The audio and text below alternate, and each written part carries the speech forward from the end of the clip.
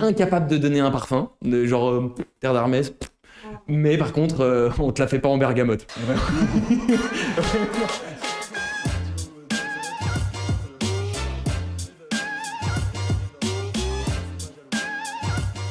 Bonjour à tous, bienvenue pour ce deuxième épisode. Je suis toujours accompagné de mes deux comparses. Je présente Anthony. Hello.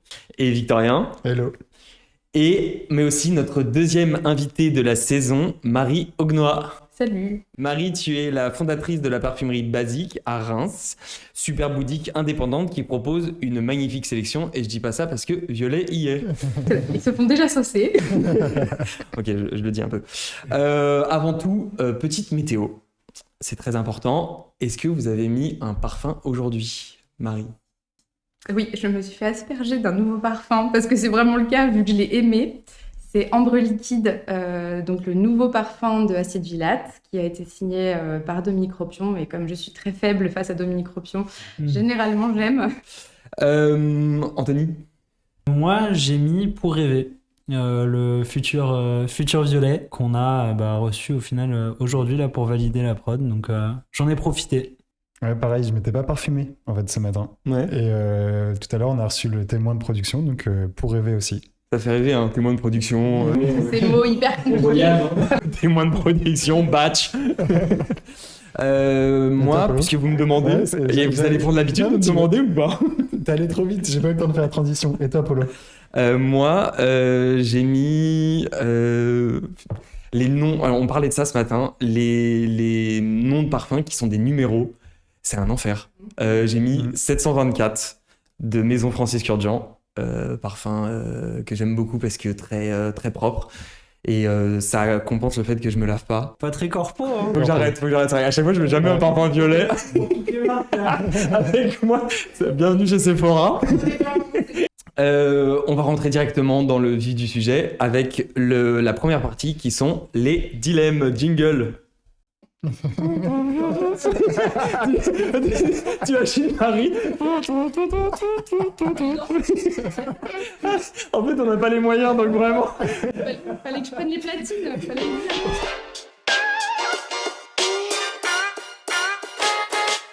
Ok, premier dilemme, merci pour ce jingle. Vous préféreriez ne plus jamais porter de parfum de toute votre vie ou que des parfums si entêtants qu'à chaque fois que vous les mettez, les gens autour de vous disent « Ah non mais c'est pas possible, non franchement c'est trop fort ». T'as un exemple de type de parfum comme ça ou... Non mais les parfums deviennent particulièrement entêtants sur vous. Okay. Alors ?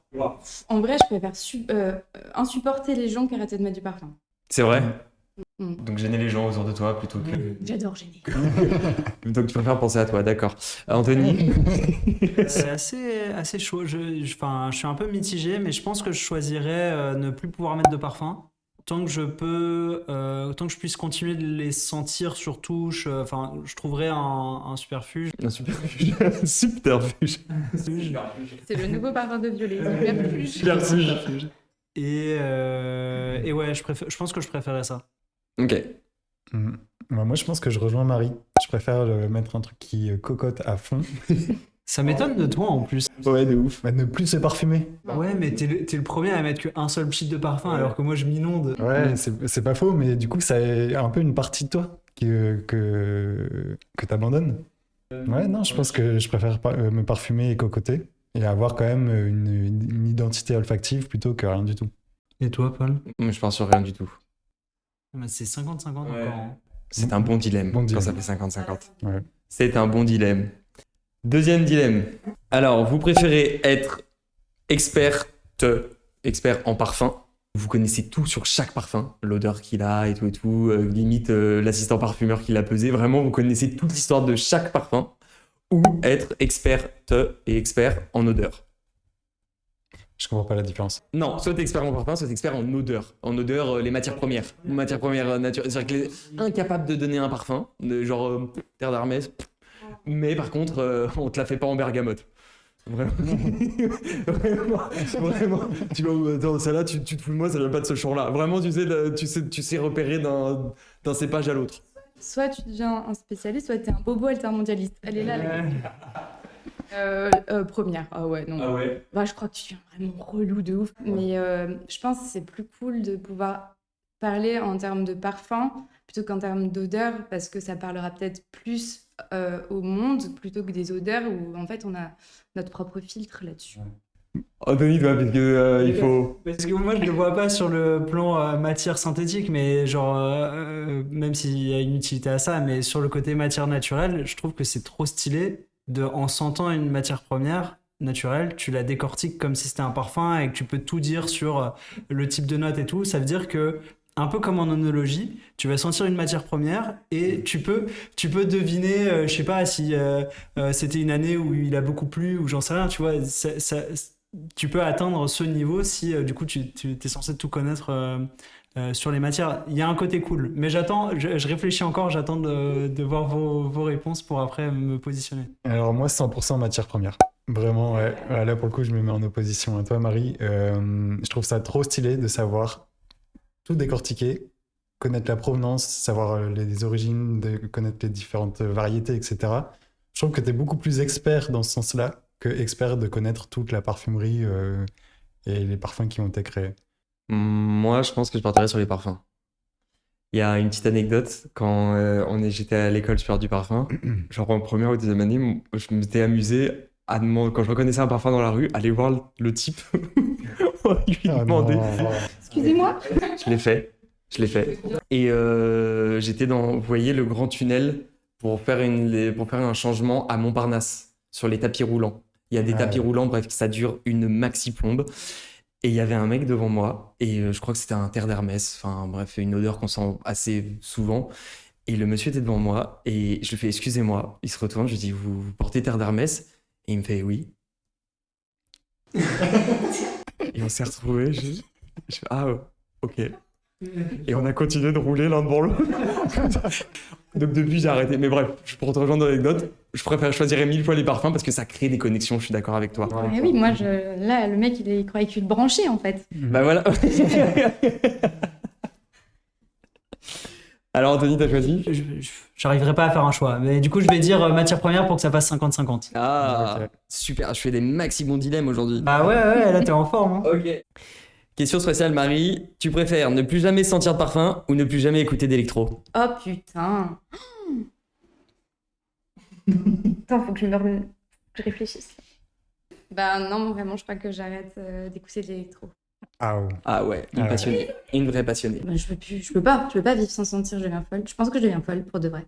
Je deviendrais bizarrement, psychiatriquement pas tout là, quoi. Non, ouais, je préfère arrêter d'écouter. Je trouve autre chose et tout, j'aime tout en soi, donc... Et maintenant, jingle. Non, j'arrête avec ça. On passe à l'interview.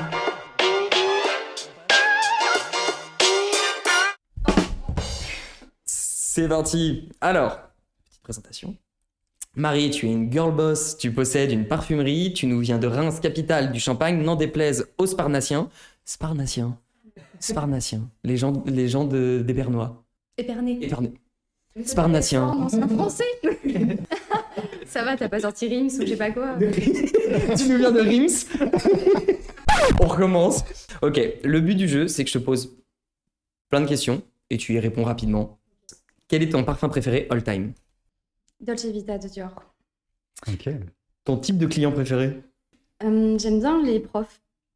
Ils sont toujours cultivés et on passe un bon moment, on discute bien. Ou les artistes aussi, parce qu'on mixe en fait les univers et c'est toujours assez sympa. Ouais. Où peut-on te croiser la plupart du temps à Reims si ce n'est pas dans ta boutique? Je dirais au Vieux de la Vieille, on fait des soirées sympas en musique électronique. Les clients que tu ne supportes pas? À ceux qui viennent juste pour sentir un parfum qu'ils ont vu sur internet et qui veulent un échantillon. On en reparlera. L'odeur de fruits que tu préfères? Le litchi. La parfumerie, hasard ou vocation? Les deux, mon capitaine. Je dirais qu'en soi, hasard, parce que bah, quand t'es petit et que tu sens tous les parfums de l'entièreté de ta famille, quand la première chose que tu fais chez quelqu'un, c'est d'aller dans la salle de bain, j'allais fouiner, ouvrir les parfums juste comme ça pour sentir. Et après, vocation, quoi. Après avoir fait la palette des parfums, je suis allée là-dedans. Hein. Ton parfum préféré chez Violet? Le nouveau, pour rêver. Ah, c'est un beau teasing. Ouais. Ah ouais? Ah, j'aurais pas cru, je le hais. Non, si, je l'aime trop. Ah, super. Le plus beau compliment qu'on puisse te faire? Tu sens bon. Ta Madeleine de Proust olfactive? Patchouli café clope. C'est l'odeur de ma mère de quand j'étais petite. L'odeur que tu détestes le plus au monde? Compliqué ça. Il y en a beaucoup. Je pense que l'odeur du pipi de chat me ferait vomir. Et ouais, je pense que ça, c'est quand même vraiment vénère. T'as des chats? Bah oui. Je les déteste. Un chat, et c'est vraiment le genre de choses, j'ai envie de le jeter, quoi. C'est le chat. Parce que j'ai jeté déjà beaucoup de choses, notamment des tapis, je sais pas, il a une obsession insupportable. Alors là, je donne un petit contexte. Une branche secrète de la DGSI te contacte pour une mission de la plus haute importance. Au moment de créer ta couverture, il te demande de choisir un métier. Bien sûr, la cosmétique est inenvisageable, sinon on découvrirait trop facilement ton ancienne identité. Tu choisis quoi? Ah bah, détective privé. Ah ouais? Ah ouais? Ah ouais? Mais je crois que j'aurais fait... Alors, soit ça, soit antiquaire. Ah ouais, antiquaire. Parce que j'adore chiner. En fait, j'aime rien de neuf. J'aime toujours les trucs qui ont déjà une vie, donc voilà. Et autrement, détective privé, parce que j'adore fouiller, en fait. Mais ça va avec, en soi. Moi, j'ai juste envie de rebondir sur un truc sur le jeu d'avant. Oui. Par rapport à Pour rêver, t'avais dit que c'était ton préféré de chez nous. Est-ce que tu peux expliquer pourquoi? Ce que t'aimes bien dans ce parfum? C'est quoi les notes qui te parlent le plus dedans et qui ressortent le plus pour toi? Enfin, je l'ai adoré. Il m'a apporté un espèce d'élan de réconfort, mais de douceur, mais dans le sens où ça portait trop... Ça porte, pourquoi je le fous à l'imparfait, je ne sais pas, hyper bien son nom, parce que Ok. il est... Enfin, je sais pas, il t'emmène dans un moment d'introspection, sans être dans le côté, tu vois, des cacaos, des trucs un peu Madeleine de Proust. Là, c'est vraiment, je sais pas, de l'introspection, ce parfum. Mais ouais, pour le coup, pour rêver, ce serait moi. Maintenant, on va passer à la question de société. Le marché gris en parfumerie, ce que cela entraîne et comment lutter contre. Mais avant tout, je vais vous définir un petit peu ce qu'est le marché gris. C'est une distribution légale de parfums, mais non officielle. Ce qu'il faut ce qu'il faut mettre en opposition au marché noir, qui est une distribution illégale de parfums non officiels. Donc, le marché gris, ce sont des parfums qui sont des vrais parfums, mais qui ne sont pas vendus dans les canaux de distribution officiels. Donc, toi, dans ton métier, c'est quelque chose que tu es 100% face au marché gris. Est-ce qu'on peut déjà avoir ton avis sur le sujet? C'est un large et hyper actuel sujet qui est de plus en plus présent et qui fait de plus en plus de mal au secteur, puisque, comme son nom l'indique, la niche, ça reste une niche dans le mass market de la parfumerie. Donc, je ne sais même pas les parts de marché finalement en France, mais nous sommes une miette dans l'océan. Et en fait, le marché gris qui arrive à l'intérieur de ce marché qui est déjà petit et complexe, c'est vérolé. Enfin, ça amène à nous poser plein de questions sur la gestion, la distribution et même juste tout simplement la confiance qu'on peut avoir envers nos partenaires qui sont les marques. Mais ce qu'on n'a pas dit, et ce que je préfère ajouter, et qui semble peut-être évident, mais peut-être pas pour les gens qui nous écoutent, mais c'est que sur le marché gris, tu le retrouves à 30, 50, voire même plus en discount. Tu le trouves à 30 ou 50% moins cher, quoi. C'est pour moi un environnement qui est illégal, dans le sens où même nous, avec tout l'amour du monde, on pourrait même pas, en tant que shop, hein, j'entends, se permettre ce genre de prix, pour la simple et bonne raison qu'on meurt, en fait. Pourquoi le marché gris ne peut pas vivre sans vous, techniquement? Et c'est pour ça que c'est plus rageant que simplement dire ils existent. Si c'était juste juste ils arrivent, ils cassent le marché. Mais en fait, Voilà, je préfère que tu nous expliques pourquoi est-ce que si vous disparaissez, le marché gris disparaît. C'est que nous, les parfumeries indépendantes, nous sommes des points de vente qui distribuons par passion des marques indépendantes, ou en tout cas des marques de niche que nous avons choisies. Mais en France, ça reste quand même relativement rare de trouver des parfumeries de niche. Et donc, le problème du marché gris, c'est que finalement, enfin le problème, l'organisation du marché gris, c'est que les personnes qui souhaitent acheter sur le marché gris ne savent pas de base ce que sentent les parfums. Donc forcément, ils vont venir où pour sentir ces parfums? Bien souvent, les marques n'ont pas de point de vente en nom propre, donc ils vont aller dans les parfumeries indépendantes de niche, comme nous, et donc pour venir sentir, et prendre des conseils, et donc acheter à des prix réduits ailleurs les parfums qu'ils ont regardés en ligne. Et nous, on est là, on est juste utile pour le conseil et faire leur choix. Et finalement, on est là comme un musée. Donc, un musée où c'est nous qui faisons le chèque, par contre. Et du coup, moi, ma question, c'était quoi les réseaux? Quel réseau t'as identifié de revente, etc. Alors, Élise Lucet va répondre. Nous sommes passés sur Cache Investigation. Bah, en fait, j'étais pas du tout sur les réseaux au début comme TikTok. Parce que bah, je suis pas trop vieille, mais je suis pas trop jeune, je suis un peu middle. Et c'est un peu là, on se dit, bah, en fait, faut être au courant de tout. Ça devient un certain taf quand même sur les réseaux. Donc, bah, simplement, TikTok quand même, c'est vénère. Il y a des trucs qui se passent là-dessus où en fait, ça nous dépasse, mais complètement. Hein. Ouais. Et du coup, tu as des hashtags qui te permettent de retrouver les vendeurs, les trucs comme ça? Ouais, après, ça fait des comptes privés. C'est surtout en live. Comme ça reste pas, tu vois. Ça parle en live plutôt tard le soir. En fait, dès lors que tu as le hashtag, tu te promènes, tu choisis là où tu veux aller, tu t'abonnes à tout, enfin, comme tu veux, bref. Puis bah, y a aussi des groupes Facebook aussi, des communautés Facebook, où il y en a, ils te font... Franchement, on est sur de la drogue, hein. Enfin, c'est la même chose. Hein. Enfin, moi, il y a des trucs, je suis là, je fais, attends, je suis en train de regarder quoi exactement. Des fois, tu fais, il coupe quoi là? Quoi? Il coupe un 100 ml? Ah, ok, d'accord, parce que j'étais plus là. Et là, tu te dis, tu les vois, ils sont là, assis derrière leur petit bureau, et puis ils font des petits échantillons, paf, paf, et puis ils mettent de la flotte ou je sais pas quoi en plus, au calme. Donc, ça, c'est un autre délire aussi. Et donc, sur le gris, bah, t'as les trucs en live, un peu comme les trucs en live qu'ils font, où ils vendent en live, et donc sur PayPal et tout. Et puis, bah, t'as des sites qui sont... excusez-nous, mais nos sites internet sont moins bien faits que ça, quoi. Enfin, là, je me dis, attends, donc là, il y a une équipe derrière quand même. Il y a une équipe, c'est carré, le site, il est bien. Tu te dis, t'es en toute confiance. Et puis, le pire dans tout ça, c'est que c'est les clients qui m'ont donné les infos, quoi. Pour finir, on va faire un petit jeu. C'est comme quand il y a un drame qui se passe dans le monde et après on dit les résultats du foot.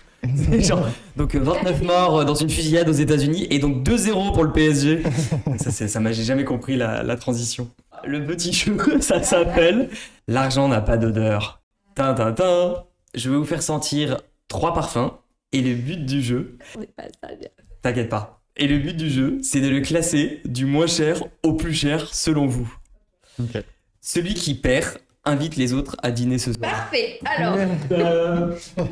Voilà le petit jeu. T'es prête? Donc voilà, il y a devant vous, je vais vous passer 3 touches sur lesquelles j'ai sprayé 3 parfums. Et l'idée, qui sont nommés A, B et C, et vous devez les mettre dans le bon ordre. Ça va du moins cher au plus cher. Ok. Alors, Bon, moi j'ai clairement mon choix. Bah, c'est pas si évident que ça pour moi. Il y en a 2 où je suis pas sûr. Alors, du moins cher au plus cher, ça fait BAC, BAC. Ok. Same. Okay. BAC, Moi j'ai ABC. c'est BAC. Ok. Du moins cher au plus cher, c'est BAC. Et Bien joué, Marie. process, Bien joué, Marie. Alors, j'ai eu un vrai doute parce que le A, je me suis dit, oh là là, vraiment, il y avait un gros potentiel. Mais juste, un gros potentiel. Ah, moi, un gros potentiel dans le moins cher. Ah oui. Sans la vieille poule. Truc pour les toilettes, genre fébreze, quoi. Et moi c'est vraiment C'est ça. pas hein. fan de ta femme. Vous voulez que je vous donne le prix du B? Attends, venez, on essaye de deviner la fourchette de prix. Vas-y. Le A pour moi c'est genre, allez, une vingtaine d'euros max. Le B, c'est genre 10 balles. Et le C, on est plus sur du parfum sélectif, 90 balles le flacon. Moi, je dis B 45, A 150 et C 250. Ah ouais. Ah ouais, ouais. Moi, le B, moins de 10 euros. Ouais. Le A, je peux retirer sur un truc moins de 50 euros. Ok. Et le C, sélectif autour de 100 euros. Ok. Marie a tout bon. Non. Non, sauf le B. Le B, on est sur un... Ouais, 120. Non, le B, le moins cher. Ah, Donc le moins cher, on est sur 13 euros les 50 ml. Ah, j'étais pas loin de 10. Voilà. Le A, pardon, on est sur 155 euros les 50 ml. What? Jamais. Mais ouais, Ok, mais je suis dirai totalement jamais le nom. d'accord. Je tairai le nom. Ah, Mais c'est un parfum très connu que beaucoup de gens ont certainement. Ah ouais. Ouais.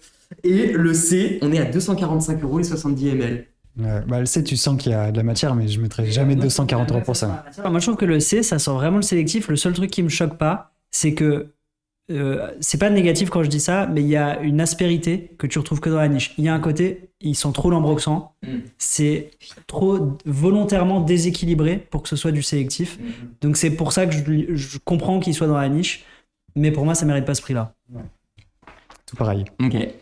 Bah, bien joué, Marie. Marie, je vais peut-être me retourner en marketing. je vais rajouter ça à ta description. Ok. On a fini le jeu, on a fini l'interview. Ah, Voilà. Nous, tous les trois, on va retourner dans les méandres. Bravo Marie, merci d'être venue. Avec plaisir, ça Merci fait plaisir de venir ici. Merci d'avoir participé. Et je donnerai en off les noms parce que vous avez trop déglingué pour que je vous donne les noms. Et merci à tous et à très vite pour la prochaine interview. Dites au revoir. Au revoir. Bye. Ciao. Ciao.